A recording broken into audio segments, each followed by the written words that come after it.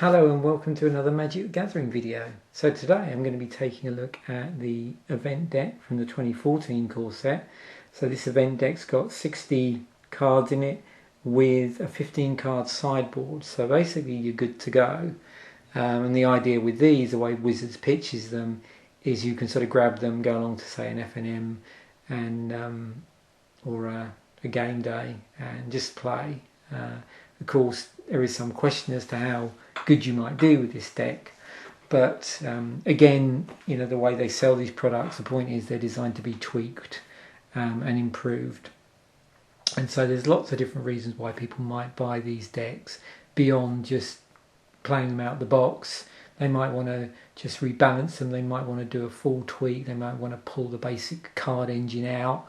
If it's cost effective, replace it with something else. Or they may be just cracking them for some chase rares, which work out cheaper buying the event deck than it does buying singles. So there's lots of reasons apart from just buying it as an event deck that you might do this. Because when I open the event deck, I don't get to open any boosters, and I know, you know, boosters are always great fun to open. I've also purchased 4 2014 core set booster packs with this. Now be careful if you're doing this where people go out for the first time and buy a sealed product and often buy boosters with it, just to crack some open and maybe pull something out that will complement the deck. You definitely want to think about forcing the hand of chance here, and what I mean by that is check the event deck out online, or whatever deck it is. If it's an intro deck, same principle, although with intro decks of course you get boosters with those. But check it out, just find out what the balance of the sets are in the deck, and then that way it may be better to buy boosters from a different set. That way you're getting the thrill of cracking the boosters, and hopefully you're more likely to pull out something that's better going to complement the deck. So with this deck, 2014 may not be the best choice for stuff to open. So let's basically crack open this event deck first of all, take a look at what's inside and just see what we might want to improve about it. Okay, so it's a red-green deck. It's called Rush of the Wild. So this is basically Gruul colours.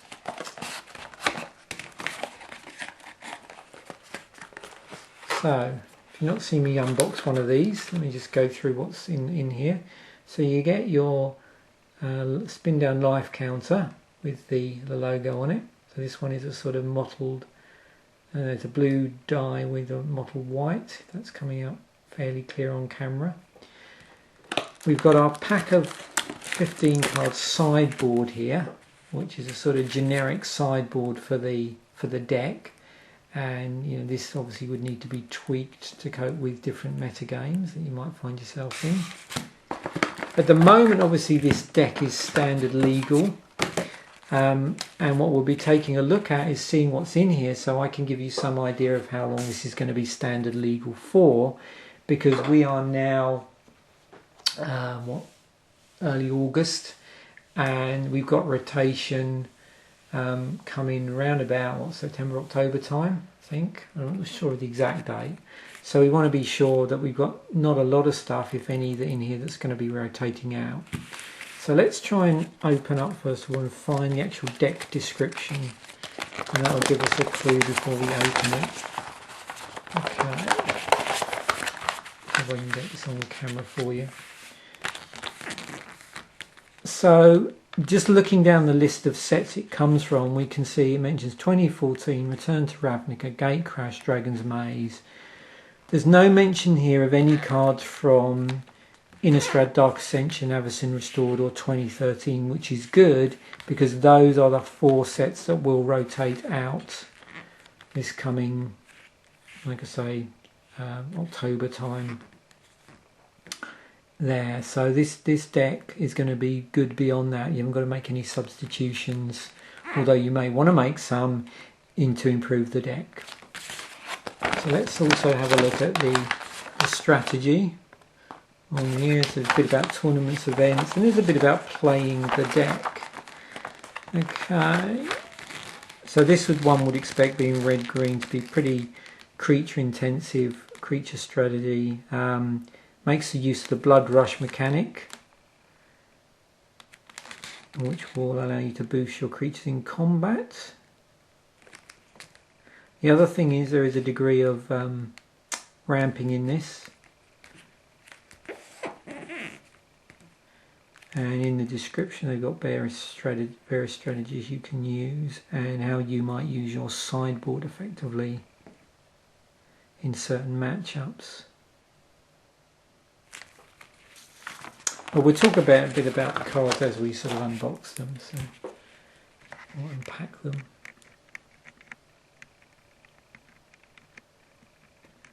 So these packs are normally also arranged in a sort of mana curve.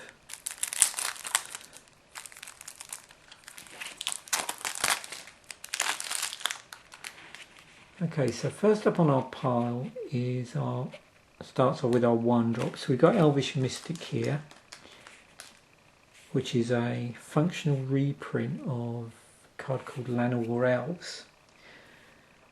So this, as well as being a 1/1 for 1, can also tap for green mana. So this is where your mana acceleration comes in. And it's not surprising to find we actually have a full set of 4 of those. So we're going to be able to play those if they're in our hand. Turn 1, get them out, then turn 2. If we're also able to play another land, we're making our land drops on turn 2. We've got our 2 lands in play and our Llanowar Elves, and our Elvish Mystic in play. So let's look at some of the other 1-drops that we could play early on. We've got Rakdos Cackler. So this is a black-red card, but of course we're only going to be casting it using red mana because this deck's green-red. It's got Unleash on it as well.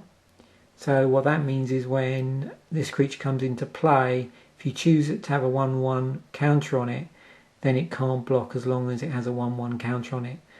So that becomes basically a 2/2, which but that it can't block. Now the other thing to remember is that this as well is, if for any reason you either put other sorts of 1/1, any 1/1 counter that's on this, any +1/+1 counter will cause this thing where you can't block as long as it has +1/+1 counters on it to happen. So it doesn't really matter where they've come from. You know, if they didn't actually come as it enters the battlefield, that would still cause a problem with its, a thing of it not being able to block.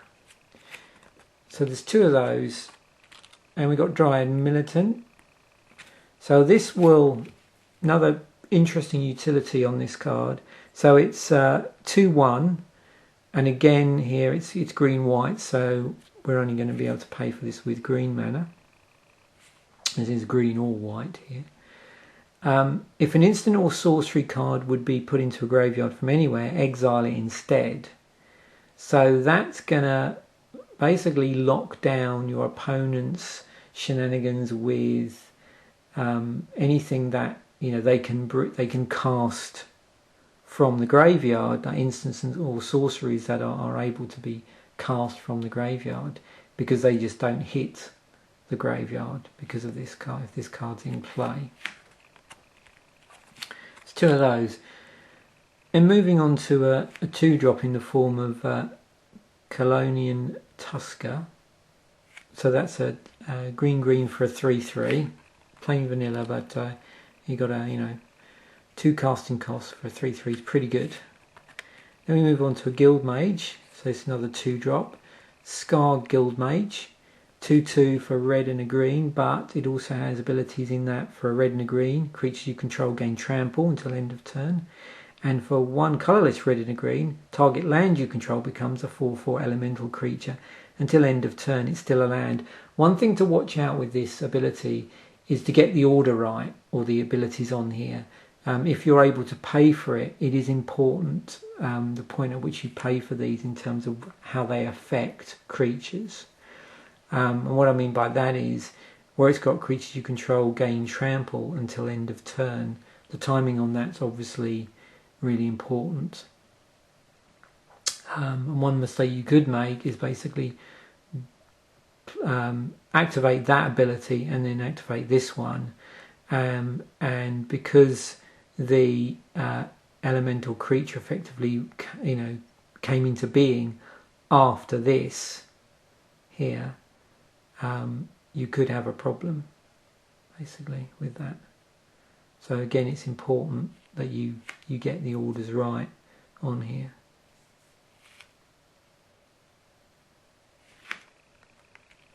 It's really the point at which stuff like abilities resolve that you need to just be careful of. And there's two of those. Burning Tree Emissary, excellent card. Green, red or green for a 2/2. But here's the interesting thing. When this enters the battlefield, it adds red and green to your mana pool. So the interesting thing with this is, amongst other things, is that if you've got two of these in your hand, you can cast one, and then when it enters the battlefield, because you've got red-green available, you can cast your second one. And that would apply to any other cards in your hand that would be able to benefit from that red or green. And of course, if you cast the second one, that in turn is going to have some red or green. So you would basically play two Burning Tree Emissaries, one after the other, and then still have red and green over from the second one to cast something else, basically. Pyrewild Shaman, 2 and a red for a 3/1. It's got Blood Rush on it. So quite a few of these cards have got Blood Rush on them. So with this one and a red, you can discard Pyrewild Shaman, and a target attacking creature gets +3/+1 until end of turn. There's another ability on this. Whenever one or more creatures you control deal combat damage to a player, if Pyrewild Shaman is in your graveyard, you may pay 3. If you do, return Pyrewild Shaman to your hand. So that'll come back. Now, one interesting thing to note is that, remember the Dryad Militant. So this only affects instants or sorceries, but it affects any instant or sorcery that's put into a graveyard.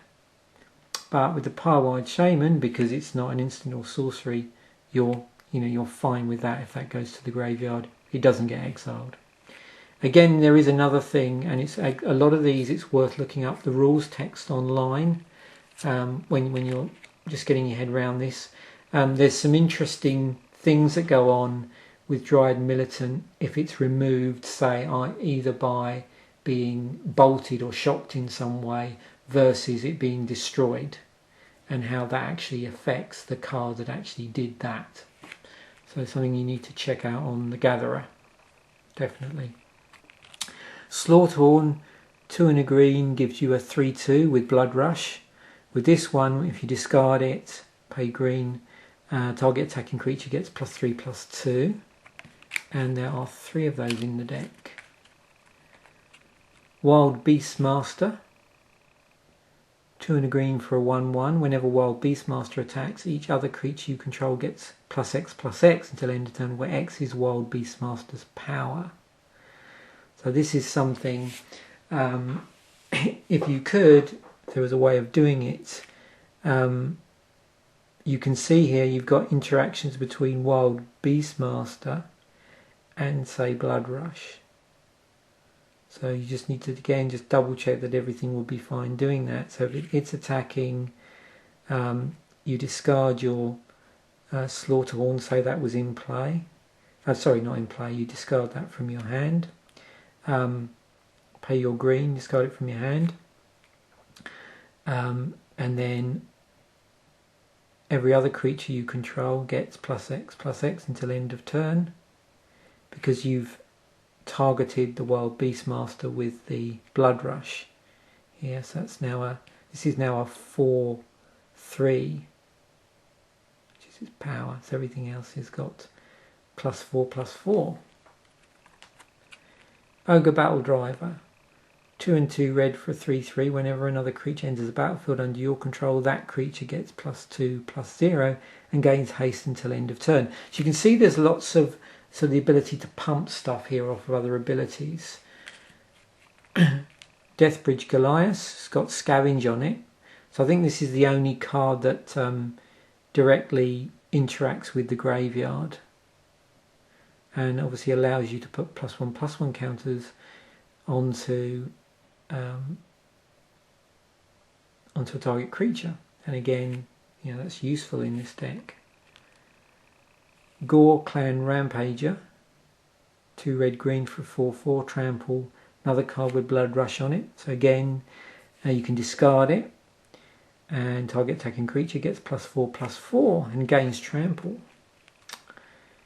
So you can see with the Blood Rush ability, basically the targeted creature seems to gain the power and toughness and the ability of the particular Blood Rush creature that you have discarded. And there's actually 4 of those in the deck.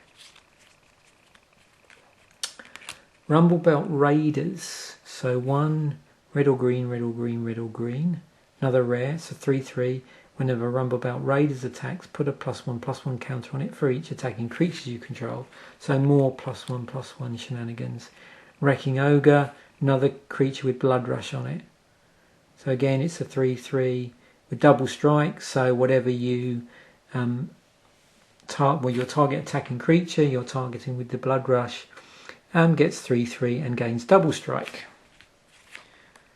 So now we actually move on to our mana base. We've got a Gruul Guildgate. There's actually 4 of the Gruul Guildgates in here. There's also a Rogue's Passage. So this is a non-basic land. You can tap it, add 1 to your mana pool, and then for 4 colourless you can tap it and a target creature is unblockable this turn. So you can see what you could do with this is you could use this to target a creature which you've obviously pumped up and use that as a finisher. There's only 1 of these in the deck. Then we also have a Stomping Ground. So just to compare and contrast this with a Gruul Guildgate. So what are the differences? Well, firstly, this is typed here as a mountain forest as opposed to a gate. So if you were playing this within an environment where you had fetch lands that fetched for a specific type of land, like a mountain or forest, plain, whatever, that style of fetch land, then this would be very useful. So anything which names mountain, you know, the particular type of land, then that really helps with this. In this deck, you know, not so much. The big advantage in this deck is the fact that you can choose to pay 2 life to have this enter the battlefield untapped. If you don't pay that 2 life, then it comes into play tapped, which makes it, you know, just like a Gruul Guildgate in that respect. If you ignore the type, and you know, the flexibility can be useful. So there is only 1 of those. These are obviously slightly more expensive cards, so therefore they, you know, don't necessarily put those in the deck. But if you've got some Stomping Grounds, you've got access to some Stomping Grounds, then obviously what you could do is put more in at the expense of the Gruul Guildgate, if you wanted to do that. Then we move on to our basic lands. So we've got a number of forests in the deck. I believe, how many were those? There was 12 in this deck. And there's also mountains, not surprisingly. And 6 of those. So now finally we get on to our other spells, our non-creature stuff.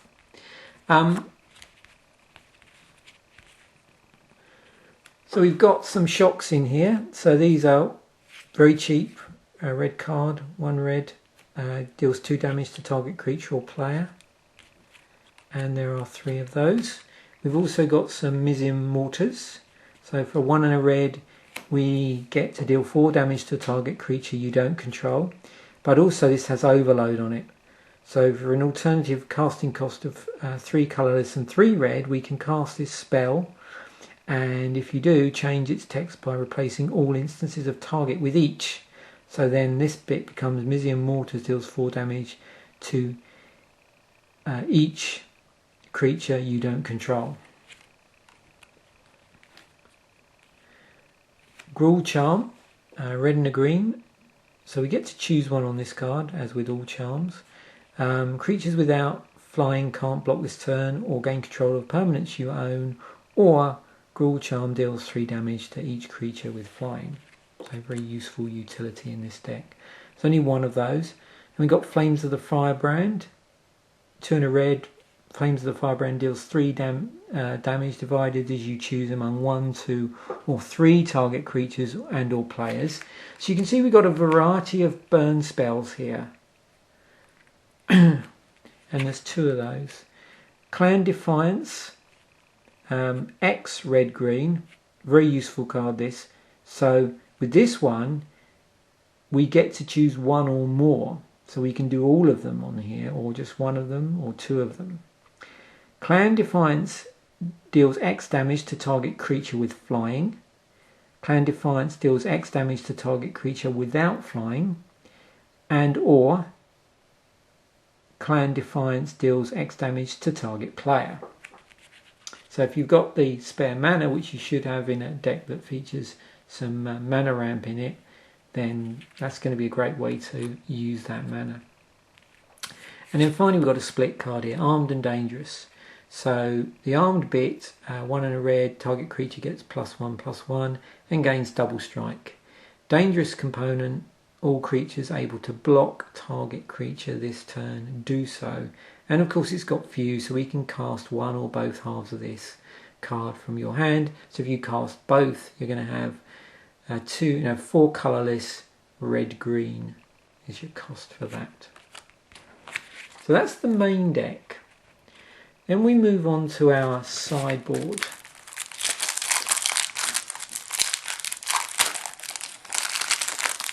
So this is obviously going to be used to deal with certain threats which maybe the main deck isn't so good. So after our first game, we can now start sideboarding and introducing these and taking other cards out. If you want to know a bit more about sideboarding, you need to look it up because they've changed the rules on sideboarding. So it's really important that you're really clear about how you can sideboard and how that works. So we have Savage Summoning. So this basically, it can't be countered itself, and the next creature card you cast this turn can be cast as though it had flash. That spell can't be countered. That creature enters the battlefield with an additional +1/+1 counters on it.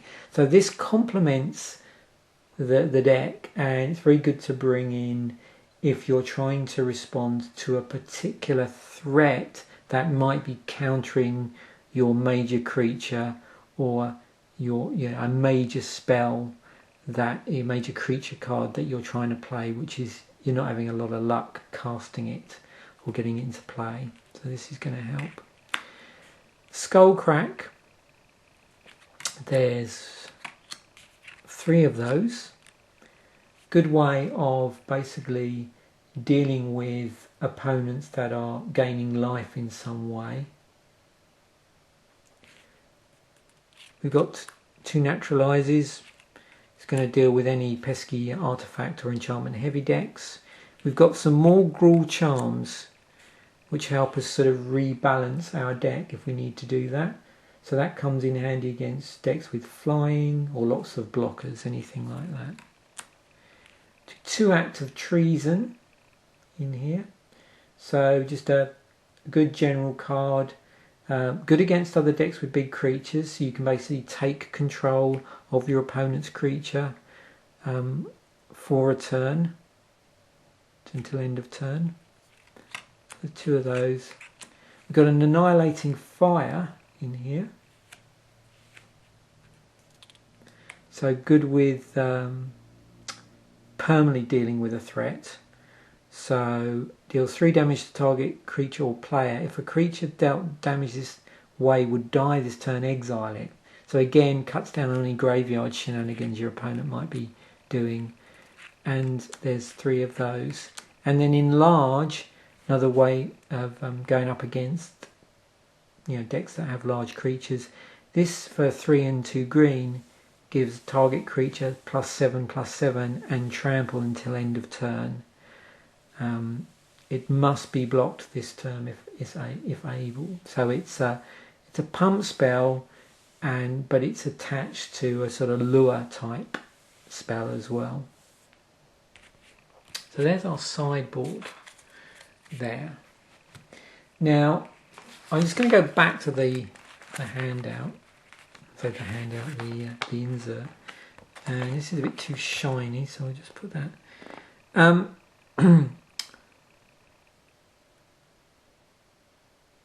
So it's just saying about directions you could go, and not surprisingly they're suggesting Scavenging Ooze and Colonian Hydra from Magic 2014. So in actual fact their suggestions, if I was lucky enough to pull some from it, it's quite a good in terms of my choice of boosters. Also we've got Chandra, Pyromancer and Domri Raid. Now I think, unless I'm mistaken, Domri Raid is in a previous set. But yeah, that's a red-green Planeswalker, which would be very effective in this deck. So let's have a look at what we've got in our boosters to see if there's anything useful here.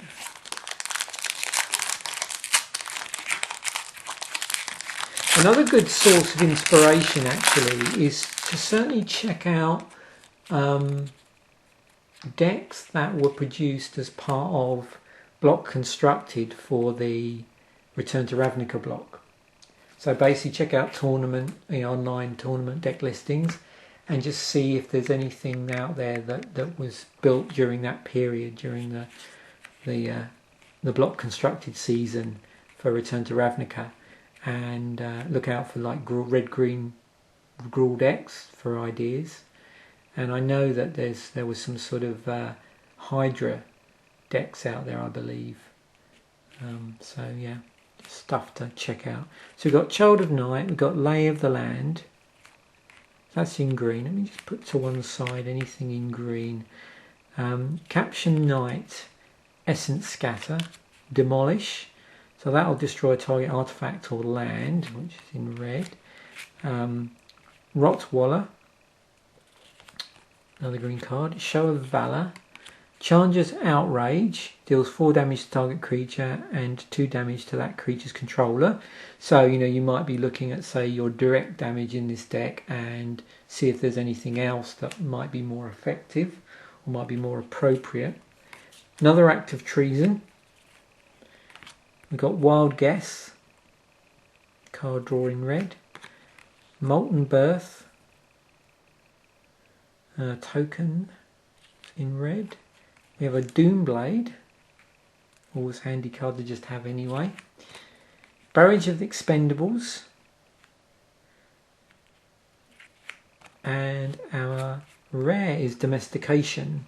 So this isn't in the colours we want, but we'll take a look at it, seeing as it's the rare. So 2 colourless, 2 blue, enchant creature. You control enchanted creature. At the beginning of your end step, if enchanted creature power is 4 or greater, sacrifice Domestication.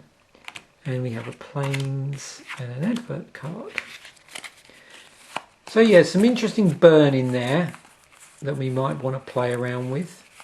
But it may not be better than stuff we have already. Move on to the next booster. So it would be cool if we could pull a Scavenging Ooze, but we'll see. Plummet, so destroy target creature with flying, so another thing that deals with flyers. Suntail Hawk, Zephyr Charge, Undead Minotaur, Regathan Firecat, 4/1 for 2 and a red. Rumbling Baloth, 4/4 for 2 and 2 green. It's Creature Beast. This has better interaction with another card that's around, which has interaction with beasts. So not really. That's a solid green beast. It's not really synergistic with the rest of the deck. Archaeomancer, Duress, Pillarfield Ox, Nightwing Shade, Briarpack Alpha, 3/3 for 3 colourless and a green with Flash, When it enters the battlefield, target creature gets +2/+2 until end of turn. So there is a pump on that, but whether or not that would be any better than creatures we've already got in the deck, you'd have to, again, check the deck out and just see what might be replaceable, if anything. Spell Blast, Warden of Evos Isle, Tidebinder Mage is our rare. So 2 blue for a 2/2. When Tidebinder Mage enters the battlefield, tap target red or green creature an opponent controls. That creature doesn't untap during its controller's untap step for as long as you control Tidebinder Mage. Got a mountain and another advert. Okay.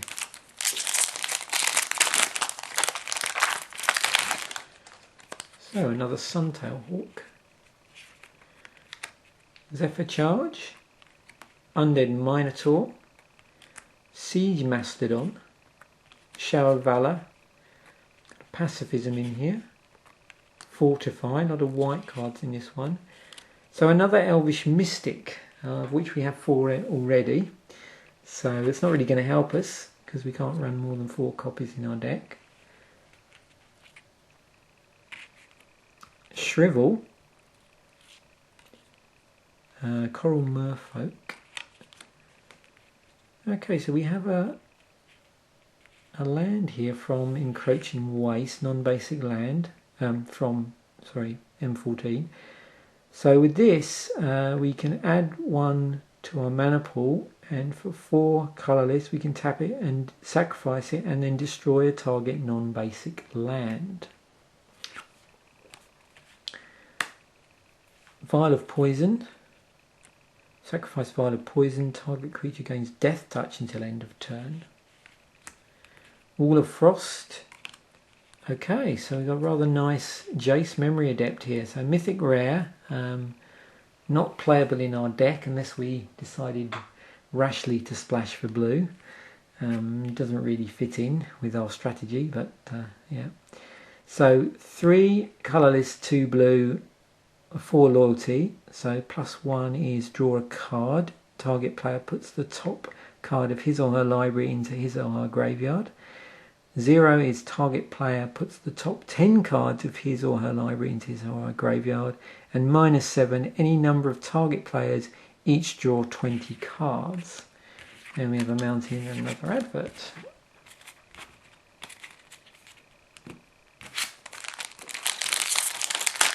So notice there we had a sort of, I suppose you could call a utility land that generates colourless mana.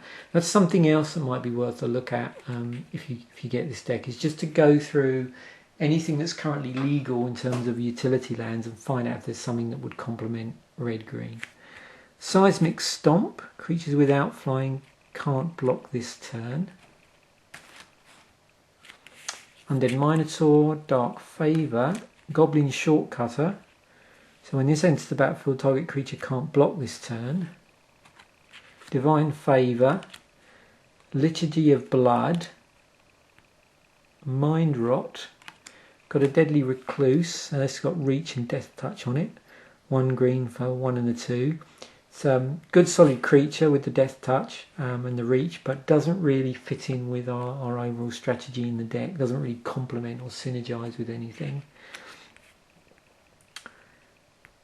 Apart from the fact that of course it could deal with flyers, as our deck would be vulnerable to that in some instances, although of course we do have spells that can deal with them. None of our creatures themselves have evasion through flying. Striking Sliver. Sliver creatures you control have first strike. Corrupt, Banish a Priest, Staff of the Mind Magus, so this is the one for the blue spells and islands. Ajani's Chosen is our rare, so this is 2 and 2 white for a 3/3. Whenever an enchantment enters the battlefield under your control, put a 2/2 white cat creature token onto the battlefield. If that enchantment is an aura, you may attach it to the token. So again, this is synergizes with any enchantment based decks or aura decks that are out there. And we've got a nice foil. in the form of Spell Blast. So 1 and a blue, counter target spell with converted mana cost X. Forest and another advert. So really we've got a sort of smattering here of you know, solid red or green cards, which don't really synergize with the deck, although there were some sort of red burn there that might be usable in the deck, but nothing that really sort of leapt out to me anyway. So as I've said before, you know, obviously when you're tweaking these decks, it is, I think, more cost effective to use singles. Anyway, there we have it. You remember what this was called? The Rush of the Wild event deck from the 2014 core set. Thanks for watching.